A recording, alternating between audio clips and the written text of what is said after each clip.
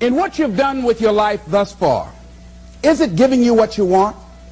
Is it giving you what you want? When you look toward the future, when you look at all that's going on out here, is there some place within yourself you say, hey, I know I need to be out there in that arena. I know I can do more than what I've been doing. I know there's some great music that I have within me that I haven't brought out here yet. Is that something that you begin to look at within yourself? See, I say if you look at your life, and if you're not getting what you want, you owe it to yourself to do something differently. If you're on a job, 85%, they say, of Americans go to jobs that they're unhappy. If you're doing something 8 hours a day that you don't like, it's not giving you what you want, it's not giving you a strong feeling of satisfaction and fulfillment, you're miserable, you hate to go there, you're depressed just thinking about it, you sing the "Thank God It's Friday" song every week. If that's what it is, you owe it to yourself to start strategically working to change directions. See, but you know what most people will do? Most people will resist change. Most people will fight change as if change would be worse than what they're experiencing. See, they know this. They're familiar with this. Most people will not challenge the unknown. They won't just step out there. See, there's certain things that's got to be in place. They got to see it all together. And life isn't like that. That's not how you grow. So as you look at your life, you're saying, I'm not getting what I want. As you begin to look toward the future, begin to know that whatever it takes for you to create that, you've got that in you. You've got that. You've got genius in you. You've got goodness in you. You've got creativeness in you. If you decide to take the initiative to change the current quality of your life, I say to you that you will find that the universe is on your side, that life is on your side. Now, will it be turbulent? Yes. Will it be easy? No, no. Will you have some opposition? Yes. Will I make a lot of mistakes? Yes. Will I get hurt? Yes. Yes. See, a lot of people won't try anything different in life because they don't want to get hurt. Let me tell you something. It's too much pain to duck. Pain is everywhere. You can hide under here. It will come where you are. It's everywhere. Viktor Frankl calls it unavoidable suffering. You can't duck it. But most people spend their life not wanting to deal with the pain of rejection, the pain of defeat, the pain of being disappointed, the pain of losing, the pain of failure, the pain of being criticized, the pain of not being liked, the pain, the pain, the pain. That's called life. Life is full of pain. It's everywhere. But guess what? There's no gain without pain, because it's the pain of regret that you experience. If I had it to do over again, that's a pain. Don't you know that's something? When you know, I was in a seminar once and this lady stood up. If I had my life to live over again, she talked about all of the things that she would do. And you can feel the pain of regret in her voice. The pain of regret. She still experienced pain. She was trying not to experience the pain of defeat, the pain of disappointment, the pain of loss, the pain of lack of support. And she still experienced pain. It was right there. We can't get around it.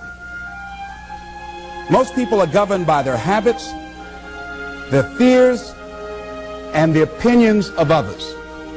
A lot of people never try anything differently because they have been convinced by people in their lives that they value that they can't do it.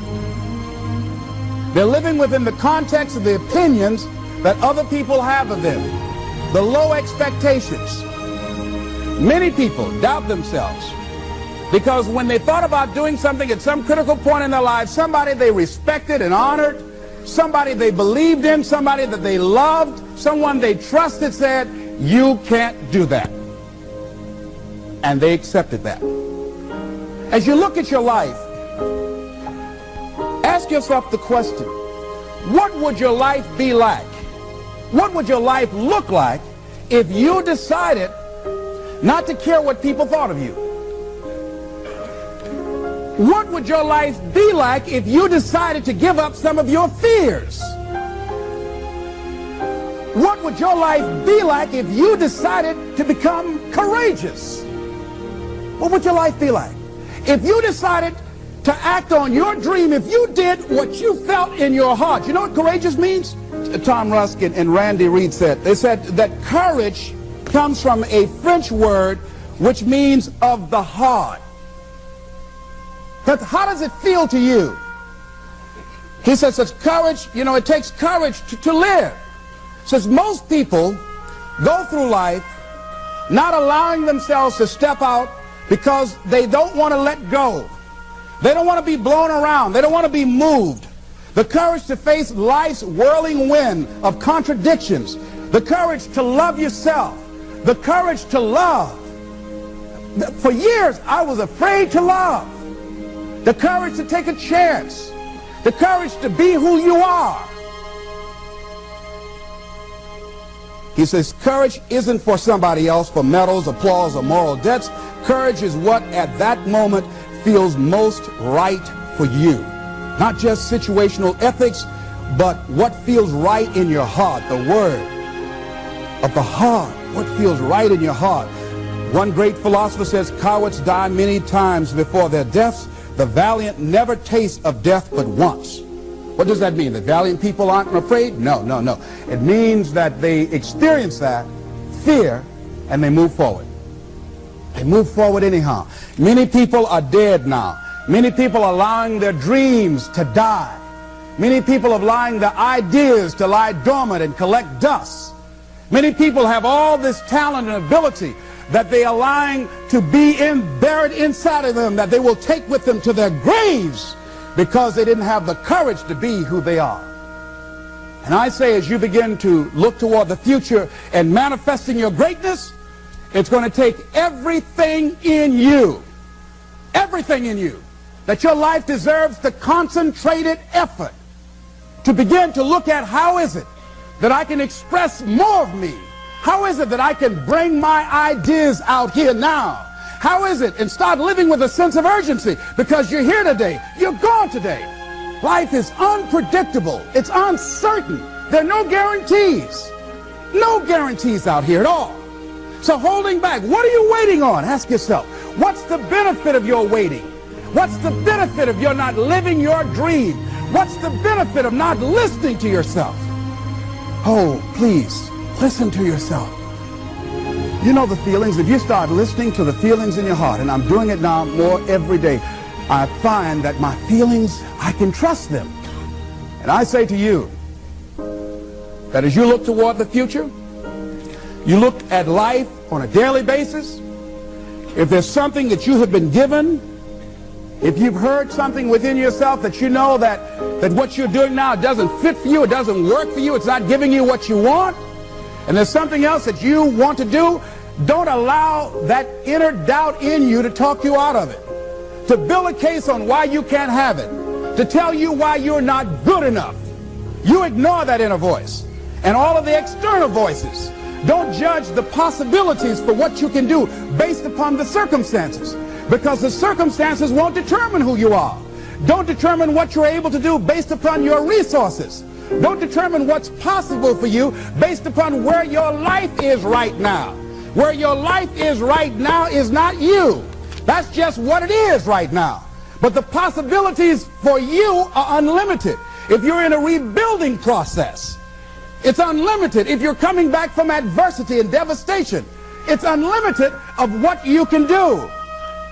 That's the capacity of human beings. It doesn't matter how many mistakes you've made. It doesn't matter how many flops you've had. It doesn't matter how much money you've lost. In fact, I see it only as an investment of what you learn from life. Not losses, but investments of what's possible for you. And I say to you that once you start listening to yourself, and as you begin to act on your dream, as you start just trying to find your way, doing what you can with what you have, you will start seeing things opening up for you. You'll start attracting people. You say, where'd they come from?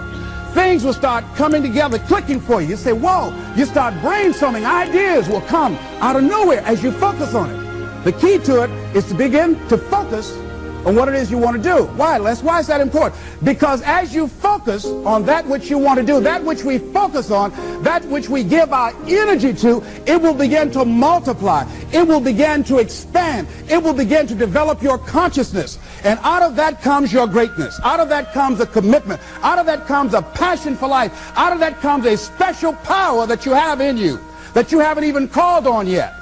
See, the powers that we have will never reveal themselves if we don't challenge them, if we don't put ourselves in a position where we have to use them. So one of the most important things is reading a book that's a really interesting book called Instant Millionaire, and the guy said, put yourself in a position where you can't retreat, where it's do or die, sink or swim. Here's what you'll find out. You'll develop incredible swimming skills. You'll find yourself stroking unlike you've ever seen before. Through the inspiration of desperation, you'll become more creative than ever before. So what is it? How do we handle that whole piece? Throw your whole self into it. See, most people go at it tentatively. They don't give all their stuff. They don't concentrate. They don't put everything they've got in them. One guy wrote a book called All You Can Do Is All You Can Do. And all you can do is enough. But he said, make sure you do all you can do. And if we're honest this evening, we know that we haven't done all we can do. So as we look at the future, we can decide that from this day forward, as I look at my personal relationships, if I look at my professional relationships, if I look at my family relationships, if I look at all the dimensions of my life, looking at myself mentally, emotionally, and spiritually, I'm going to do all I can do to develop me, to bring my talent out here, to make a contribution to life. You want to make it in life, he said, number one, develop your mind. You don't get in life what you want, you get in life what you are. Number two, develop your communication skills. Once you open your mouth, you tell the world who you are. Three, practice the principle of OQP, only quality people. Let us say together, only quality people. As you think about your goals and dreams, this is not for everybody. You want to build an organization with only quality people. Not people who need more, but people who want more. You want to surround yourself with people that are hungry. People that are hungry are willing to do the things today others won't do in order to have the things tomorrow others won't have. People that are hungry do what they know, not what they feel. See, I didn't do this for years because I knew it would be hard. And Mr. Washington said something to me. Mike Williams, my mentor, you want to go online and find his book, The Road to Your Best Stuff. He said something that grabbed me, and I want you to put this someplace where you can see it. See, you build this business through persistence. You got to affirm, I will persist until I succeed. You build it through patience. It takes time to grow orchids. It's faster to grow roses, but orchids, that takes time. You have to have persistence, you have to have patience and perseverance. It takes courage to come back again and again and again. Because in order to build the business, it's hard work. It's H-A-R-D and H-E-A-R-T. Are you with me there? Write this down. If you do what is easy, your life will be hard. But if you do what is hard, your life will be easy.